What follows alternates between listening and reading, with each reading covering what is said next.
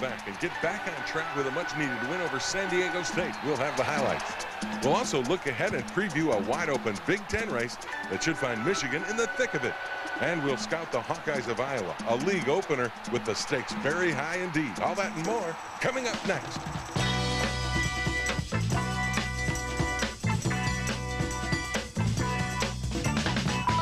Michigan Replay with Lloyd Carr is brought to you in part by the joy of Pepsi and by Big Boy Restaurants. Big Boy makes you say, oh boy. Hello, everybody, and welcome to Michigan Replay. The Wolverines have a tough one against San Diego State, but pull it out 24-21. Congratulations. That's a good football team you beat on Saturday. Yes, it is. And, Jim, they're going to win some games, and they certainly came in here ready to play. They have some athletes, and they're defensively a very good team. You know, the name San Diego State isn't like the name Nebraska or Southern Cal, but they're a good football team with an outstanding defense. Well, going into this game, the preparation we had done over the summertime, and of course the starting game against Idaho State, it was very obvious that they're well coached and played extremely hard. A year ago, they lost in Columbus to Ohio State 16-13, Jim, in a game they felt they should have won. Okay, as we take a look at the first half highlights, I'd personally like you to open things up a little earlier, would you? Well, Jim, I wanted to shed my conservative image here. And, first play of your possession. Well, actually, Terry Malone in a play that we felt we had a chance to get behind him, and Braylon Edwards made a great individual play.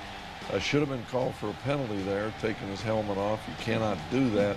But the excitement of it was unusual to start a game with a long touchdown pass. Then you get an interception here.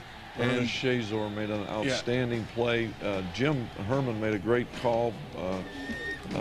Marlon Jackson was free off the open inside, caused the interference, and we're going to go for another score. We had a guy open, but we dropped protection there, and now you talk about a sudden change situation for our defense.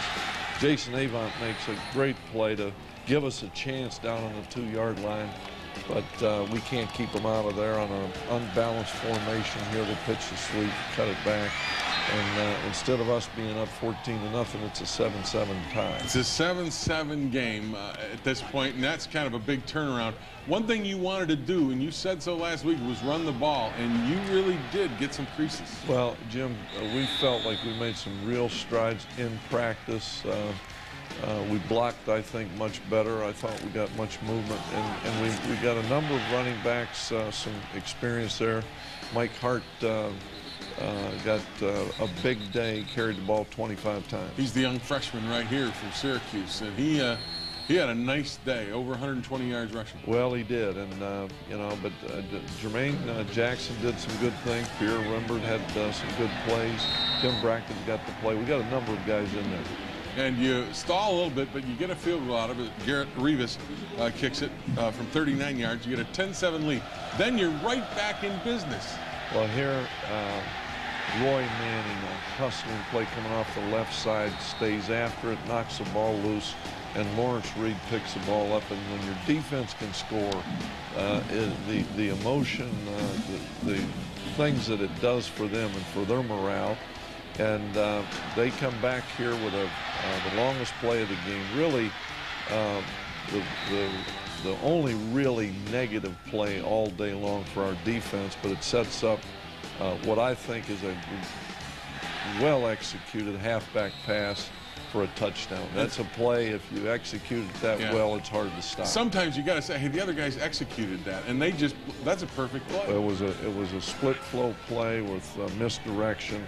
And now we give Clayton Richard an opportunity to come in and play some quarterback here. He makes a good throw, and Braylon gets stripped, and now we put our defense in poor field position, something we've done far too much this season, Jim.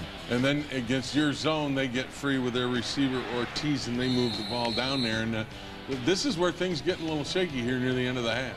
Well, there was a lot of different situations that we put our defense in. Here they get on a blitz, they get the quarterback on the edge, block the guy that had contained, and he beats Leon for the touchdown. It's a well-executed play. All right, 21-17 at this point. You get the ball back with an opportunity to move.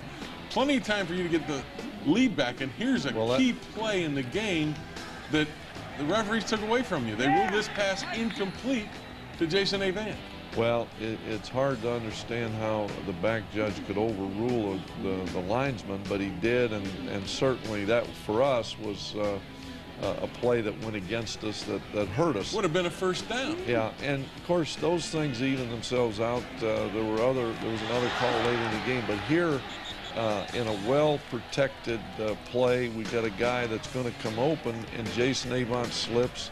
It would have been a good throw, but they get the turnover, and then our defense makes what I think is one of the biggest stops by causing a fumble here just towards the end of the half. Well, Marlon Jackson caused it. O'Feely got on it. You get the ball back, and you're able to move the football in a position where you're trying to get a field goal. This is late in the second quarter. Well, we do get it down there, and we missed the field goal to the left, and we've got to see exactly what happened there. We missed 2 field goals after making all of them a week ago. You trail 21-17 at half. What was your thought going into the locker room? Because that was such an odd first half. It just didn't seem to have a lot of flow. Well, Jim, I think we played extremely good defense with the exception of one play. But offensively, we turned the football over. And we did some great things in terms of our coverage and kick coverage. But the one thing we understood at the halftime, we got to stop turning the football over and keep playing great defense. All right, when we come back, we will take a look at the second half highlights when Michigan gets the score that ultimately becomes the game winner. But first, we're going to hear from Matt Lentz, who talks about running the football is all about attitude. It's our attitude today. We talked all week in practice about how we need to come out, run the ball, doing our part, how we need to lead the team, how it starts on the O-line, and I feel like we took a good step towards that today.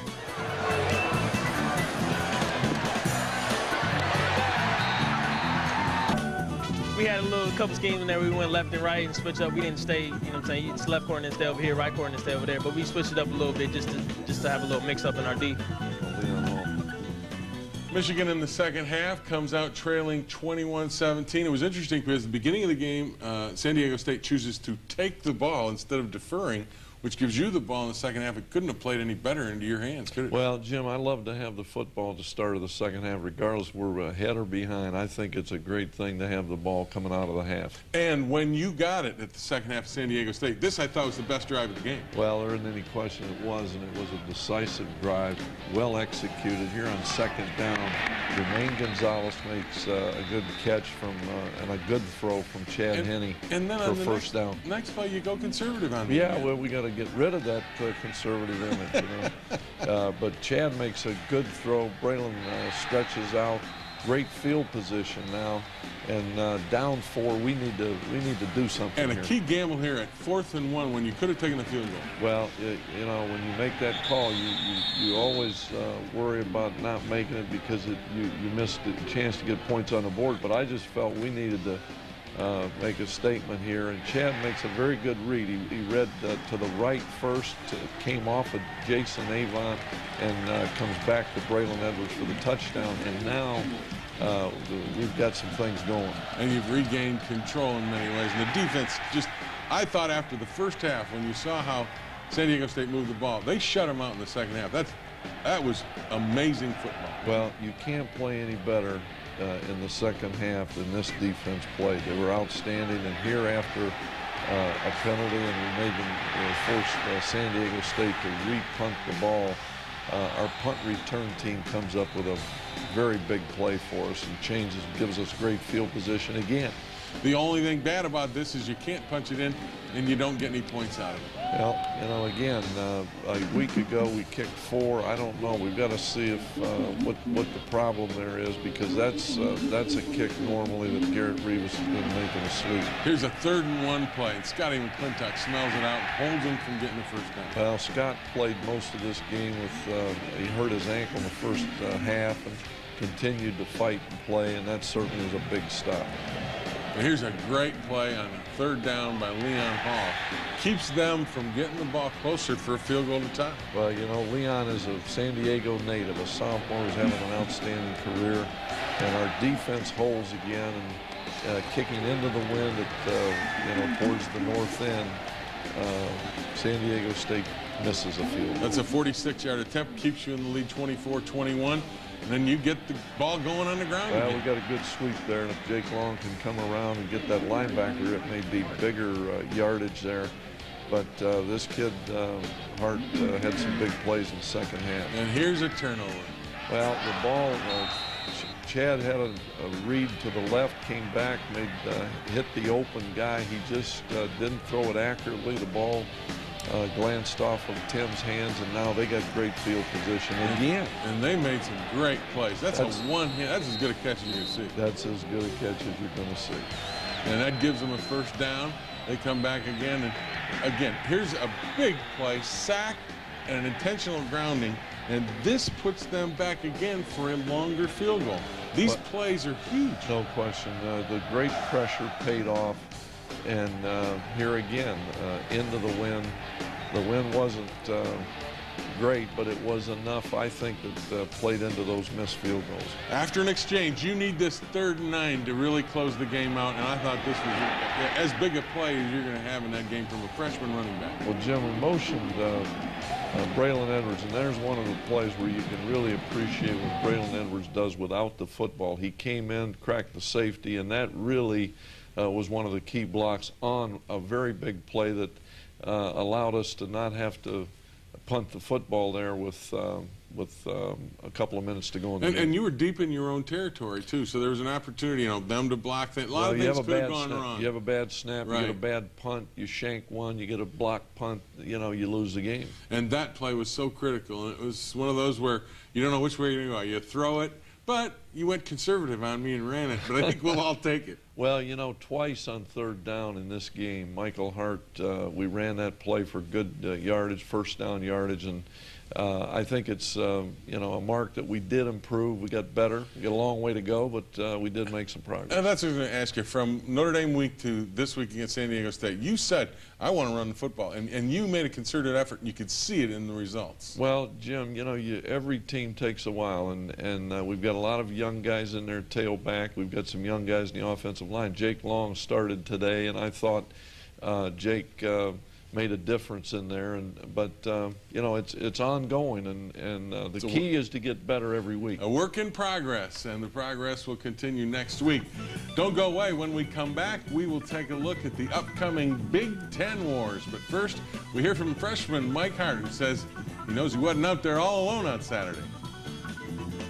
It wasn't just me, like I said, I've been saying, the line just came together great this week, too. You know, we worked real hard in practice, you know, repping the same reps, just to get everything going so we knew what we had to do. And the line just did a great job blocking today, opened up the holes, and I just tried to go from there.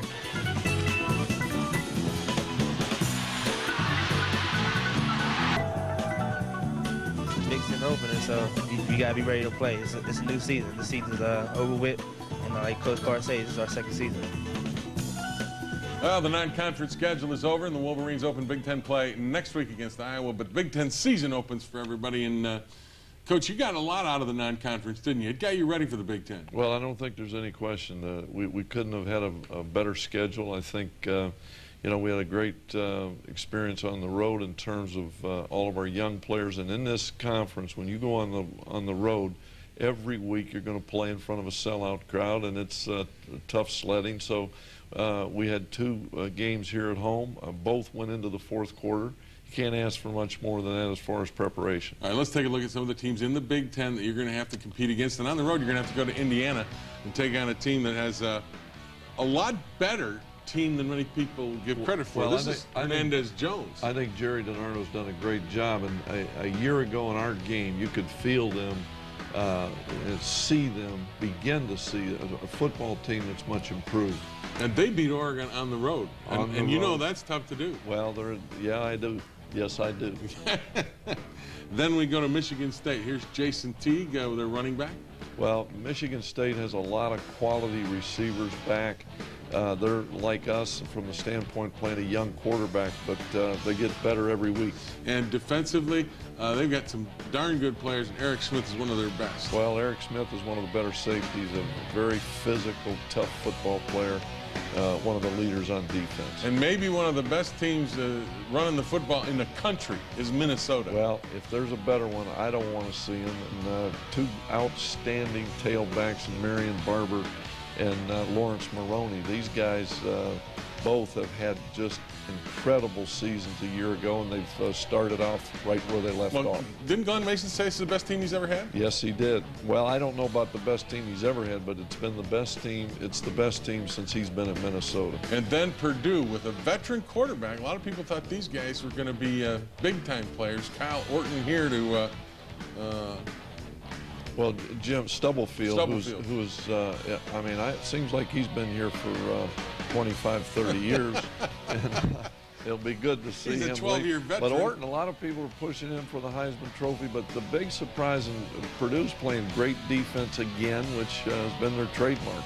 In Ohio State, of course, you've got to go to Columbus this year, and their team built on defense and special teams. And A.J. Hawk we saw, and Mike Nugent, you call him a weapon. Well, Hawk's an All-American candidate, and so is Nugent. Nugent is a weapon as a kickoff man, won the game last week with a 55-yard field goal against Marshall as time ran out. And, of course, Lydell Ross is back for his third year as a significant player. So the Big Ten, there's a lot of good football teams in the Big Ten. You got to play them all. Well, Jim, pretty much. Yeah, I think, you know, there's nothing different than any other year. You know that you're going to have to win on the road, and every week you're going to have to be ready to play. You've got to avoid major injuries. You know, there's a lot of teams out there with the ability to win it. And you look at how the schedule falls, the breaks that happen, who doesn't play who with this odd number, and Minnesota gets the biggest break of all. They don't have to play Ohio State or Purdue, and Purdue and Ohio State have a break because they don't have to play Minnesota. Well, I do think Minnesota, you know, of course, some people may feel it's a break not to play Minnesota, but and I certainly agree with that. But Minnesota, by virtue of not playing two of the better teams in this conference, certainly they've got to like their schedule. Oh, I like their schedule a lot. The thing you've got is Minnesota in Ann Arbor. That could be their game for the Big Ten. Well, I don't know. I don't know what their game is, because we got to worry about the one coming up this week. That's right. And we will be back and talk about that game. The reason we didn't show you the Iowa Hawkeyes is because we're going to show you those next in our scouting report. But first, we hear from Pat Massey, who says the Hawkeyes are on Michigan's list this year.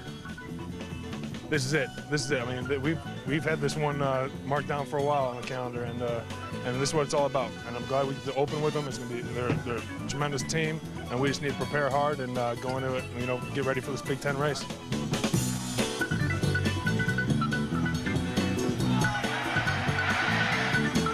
Kicks off the Big Ten. It's a whole different ballgame. The non-conference games are over. Iowa, it's 2 years in a row they've beaten us, and we're going to have our A game and come out and play hard. The Iowa Hawkeyes show up in Ann Arbor next week, and Lloyd, this is a game that I know you and the players are very much looking forward to. Well, we are, and of course for a lot of reasons, Jim. But this Iowa team they've done a great job, and they're in the last 2 years as good as any football team we played. And the thing about Iowa football, this isn't a fluke, folks. These guys are good, and Kirk Ferentz has done an outstanding job down at Iowa, hasn't he? There's no question about it. And they've got talented players. That's the other thing. Well, they've done a good job in every phase of the game, recruiting and in their off-season program. And where he took that program over, he's made great strides. Well, Drew Tate's getting some time at quarterback, but Eric McCollum also may play. Yeah, not real sure about that. But boy, I'm telling you, Ed Hinkle, they can throw and catch and make plays. Well, Hinkle is a great special teams player, a guy that can really run, and has made a lot of big plays in his career. And Jermel Lewis is a guy that's hurt you in the past. He hurt us 2 years ago here in Ann Arbor in the second half.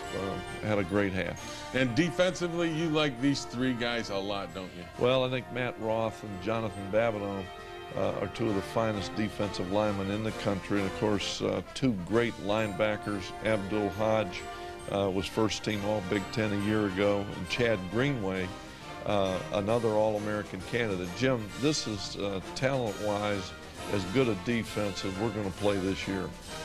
When you talk about a team like this, as you come off of your non-conference schedule, the direction you have to go to get Iowa. I mean, because it's a little different than playing a wide open 5 wide receiver set in San Diego State. Well, Jim, it's a 2-back team. They're going to try to run the football and play action pass. I don't think there's anybody that does a better job of play action pass in Iowa. They do a great job with the boot passes. The quarterback is on the run.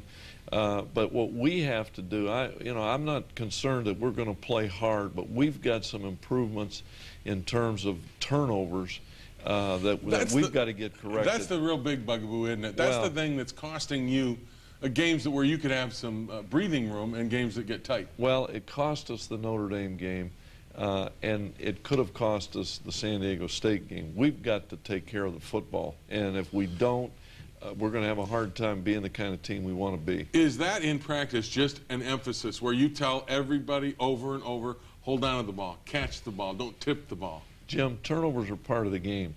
The thing that we've got to make sure is that turnovers do not happen because we're careless with the football. I think we've been careless with the football at times, and those are the things that we got to put a stop to. Well, you'll get a stop to them next week, and we'll have hopefully a victory to talk about over the Iowa Hawkeyes in the Big Ten opener. We hope you join us then right here, same time, same place, on Michigan Replay. Michigan Replay has been brought to you in part by Absol Pure Water, delivering quality bottled water since 1908. By Chevrolet. Stop by your Detroit area Chevy dealers or log on to DetroitAreaChevyDealers.com. Coming up.